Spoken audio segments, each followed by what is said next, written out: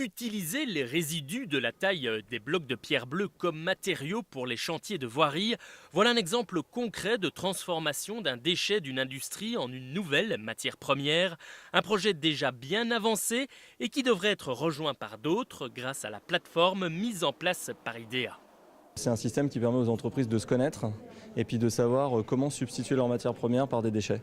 Donc c'est un système avec des algorithmes qui vont donc avoir des profils types d'entreprises qu'on a créés grâce à l'open data et grâce aux déclarations de déchets des entreprises et sur lequel on relie des déchets et des besoins en ressources en matières premières et grâce à une base de connaissances assez conséquente puisqu'on a plus de 1200 substitutions existant dans la base, on permet justement de savoir quel déchet va pouvoir devenir quelle matière première et donc de créer des réseaux, de faire des matchs entre les entreprises et c'est pour ça qu'on nous appelle le Tinder des déchets.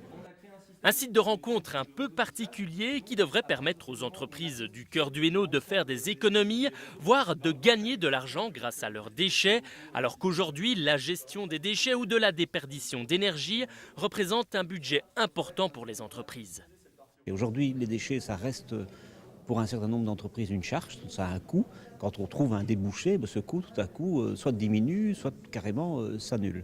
Vous savez, quand on a trop de chaleur dans une entreprise, qu'il y a un processus qui est en place et qui génère de la chaleur. Si on n'a pas d'utilisation de cette chaleur, on doit avoir des tours de refroidissement et donc on utilise de l'argent pour refroidir, alors que peut-être une entreprise voisine, elle, aurait besoin de chaleur.